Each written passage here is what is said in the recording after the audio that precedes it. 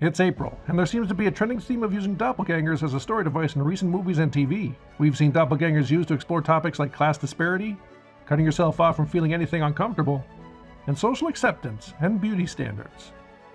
Well, this month we'll be diving into movies that explore the storytelling tropes of doppelgangers. The first involves a writer's pseudonym taking on a life of its own, and asks just how much control we really have of our own dark sides. The second is about a meek office worker who meets his confident, charismatic twin who might be trying to take over his life. The third follows partners in turmoil who go on the weirdest couples retreat. And the fourth follows a group of friends who are at a dinner party while a comet passes overhead, causing some mind-bending weirdness to occur. Welcome to Watch Assignment, the show where we help you in a never-ending search for what to watch. And this month we're offering up 4 movie suggestions that depict doppelgangers that are instantly available to watch on Tubi and Plex. I am your curator, Mr. Streamface, and here's what we got for April 2025. Movies have long used the idea of encountering a double to explore subjects like identity, duality, and self-confrontation, turning the idea of another you into a source of psychological tension or existential horror. And whether they represent suppressed desires, hidden insecurities, or the terrifying uncertainty of reality, the movies we got this month have these duplicates forcing characters to question who they really are. It might be symbolized in the battle between good and evil within a person, competing with a bolder, more confident version of yourself, recapturing romance with an idealized version of your partner, or highlighting how fragile our sense of self can be. Our first pick is the psychological thriller The Dark Half, from 1993 and directed by the master George Romero. We're introduced to Thad Beaumont, a successful but struggling writer who's been publishing violent crime novels under a pen name, George Stark. But when Thad decides to kill off Stark and go public with his real identity, things take a horrifying turn. George Stark may not just be a fake name, and he is not happy about being erased. Soon people around Thad start turning up dead, murdered in brutal signature George Stark fashion, and as the bodies pile up, Thad is forced to confront the terrifying truth. The Dark Half comes from the pages of Stephen King, who always has so much fun dreaming up of new ways to torment fictional authors. He's had them up against vampires, haunted hotels, obsessed fans, and with this tale, he's serving up a nightmare that asks, what if your own imagination tried to kill you? This movie is classic King, taking a stray idea from his life and running with it while adding a supernatural twist. King himself wrote under a pseudonym, and I just enjoy that King's idea of a bad side has classic slick back hair and a slightly disheveled look. But Timothy Hutton does an excellent job capturing each persona. But what makes The Dark Half interesting is how it takes the idea of a doppelganger and ties it directly to creativity. Thad uses his alter ego to tap into the darker, more primal side of himself, but in a controlled way. And then we see what happens when that dark side takes on a life of its own, no longer bound by fiction with no interest in being repressed. This movie explores the idea that creativity, like writing, art, or music, isn't just self-expression, it's self-control. It's a way to channel the parts of ourselves that we might not want to face in real life. But if we suppress it too much, if we ignore it instead of understanding it, that's when it breaks free and suddenly our worst instincts are running wild with no boundaries. It's a theme that resonates beyond just horror. We all have a dark half, anger, fears, desires we don't always want to acknowledge. It's a fascinating psychological take on the doppelganger concept wrapped in a fun thriller. But you might have to take my word for it, with The Dark Half having mixed ratings and reviews. It has a 3 on Letterboxd with users saying, another underrated 90s King adaptation. Certainly not Romero's best work, but it ranks well amongst King's lesser-known adaptations. Based on King's own life experience after being outed as Richard Bachman, this story is an interesting introspective that ventures into the horror master's own mind. Really solid. A full extra half point for the wild dream sequence in the big finale. IMDb has it at 6, and it's only at 59% on Rotten Tomatoes. Our second pick is a surreal dark comedy, The Double, from 2013 and directed by Richard Ayoade. We meet Simon James, played by Jesse Eisenberg. He's a timid, overlooked office worker drowning in the monotony of his life. He's invisible to his coworkers, ignored by his crush, and constantly pushed around by a world that seems designed to make him feel small. But then in comes James Simon, also played by Jesse Eisenberg. He's Simon's exact double, but only in appearance. He's more confident, charming, and instantly more successful at work, in romance, and in life. At first, Simon is drawn to James, almost in awe of how effortlessly he moves through the world. But then things start to shift. James begins to take over, replacing Simon piece by piece, at work, in relationships, even in his very sense of self. What makes The Double so compelling is how it exaggerates everything to amplify its doppelganger theme. The world of the film is bleak, shadowy, and full of bizarre, oppressive bureaucracy that makes Simon's insignificance feel even heavier. The performances are over-the-top mean, the humor is uncomfortably absurd, and the entire movie feels like a fever dream of existential crisis. And Jesse Eisenberg puts in a good turn showing the extremes of his timid and nervous style of acting to his bold and smug style. And with this character explores the fear that we might not be good enough, that there's a better version of us out there who deserves our life more than we do.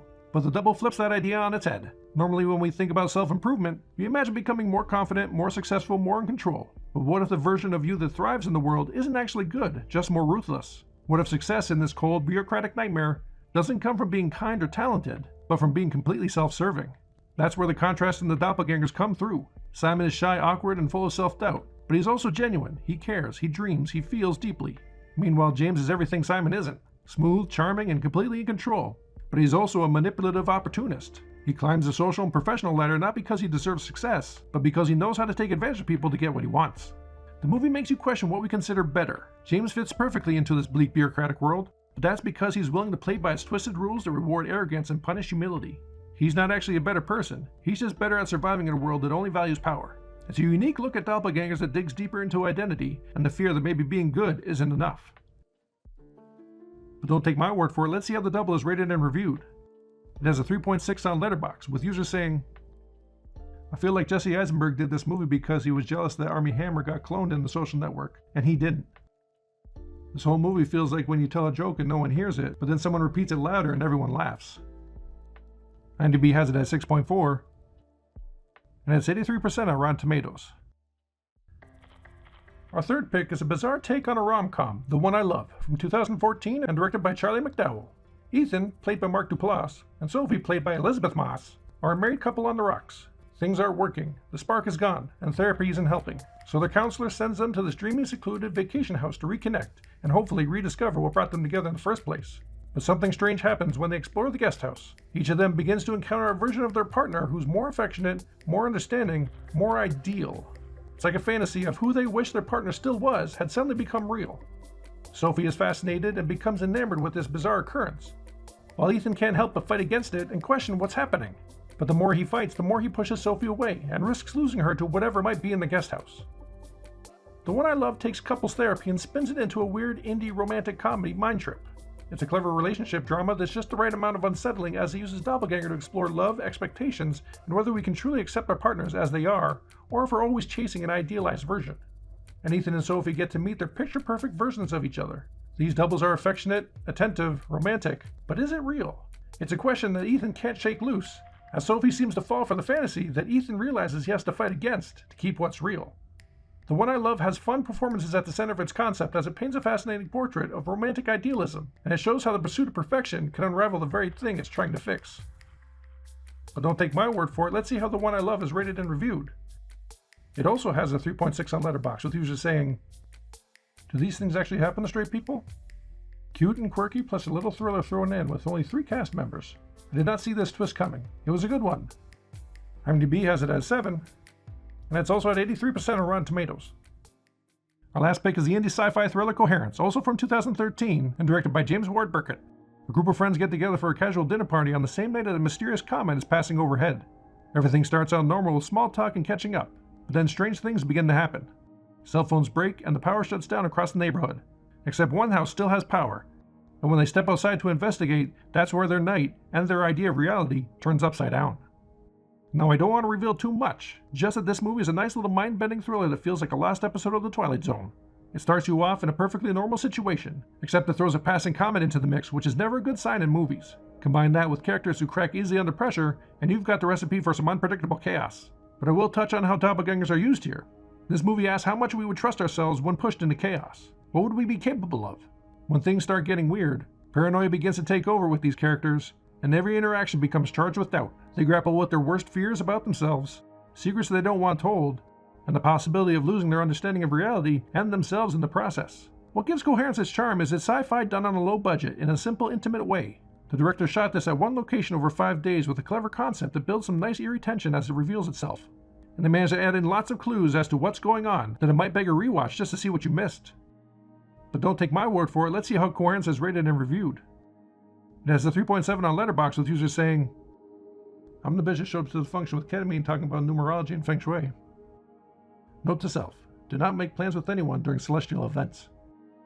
IMDb has it at 7.2, and that's 89% on Rotten Tomatoes. So you have your watch assignment for the month. The links for watching these films on Tubi and Plex are in the description below, so you have no excuse not to check them out, unless you're watching this video at a later date, and then who knows if they're still available. After you finish your assignment, or if you've already seen these films, leave a comment below with your thoughts or ratings of the movies. and consider subscribing to see what free picks we'll have next month. Until then, happy streaming.